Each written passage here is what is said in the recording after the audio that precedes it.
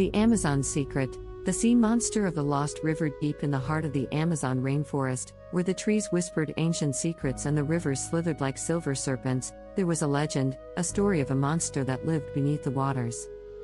The locals called it El Dragón del Agua, the water dragon. For centuries, no one had seen it and lived to tell the tale. Until one day, a young marine biologist named Lucas Ramirez set out on an expedition to prove the legend was real. He had no idea what horrors awaited him. The journey into the unknown. Lucas and his team traveled deep into the jungle by boat, following a forgotten river that didn't appear on any map. This river shouldn't exist, his guide, an old man named Santiago, muttered. Turn back before it's too late. But Lucas was too excited. He was a scientist, not a believer in old stories. He waved off the warnings and pushed forward. The deeper they went, the stranger things became. The jungle fell silent. No birds, no insects, only the eerie sound of water lapping against the boat. Then, they saw it. A shipwreck. A massive, rusted vessel, half-sunken, covered in claw marks. Something had attacked it. Lucas felt a chill run down his spine. What could have done this? The monster rises at night. As the team set up camp by the river, something stirred beneath the water. A shadow moved, massive and serpentine. The water rippled unnaturally, as if something ancient had awakened. Then, without warning, a tentacle shot out of the river. Crash! It slammed into their boat, flipping it instantly. The team screamed as they were thrown into the water. Lucas gasped, struggling to the surface, only to see glowing eyes staring at him from the depths. It was huge, covered in black, glistening scales.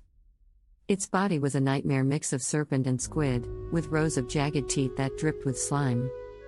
El Dragón del Agua was real. The escaped Lucas swam frantically, reaching the shore just as the monster's tentacles wrapped around one of his crew members. The man's scream was cut short as he was dragged under.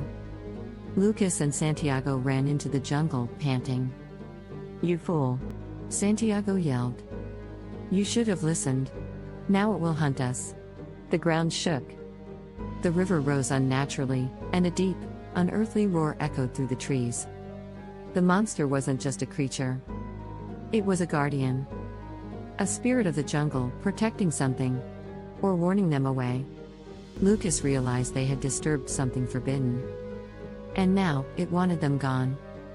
The final morning by dawn, Lucas and Santiago reached higher ground. The monster hadn't followed them, but its eyes still glowed from the water's edge, watching. Santiago turned to Lucas. "We leave now, and we never return." Lucas, shaking, nodded. He had come for proof. Instead, he had found a nightmare. As their last boat drifted away, Lucas looked back one final time. The jungle seemed to whisper, and the river remained eerily still. The monster was still there, waiting for the next fool to disturb its slumber. Moral of the story: some legends are real. Some mysteries are meant to stay hidden. And in the depths of the Amazon, not all monsters are myths.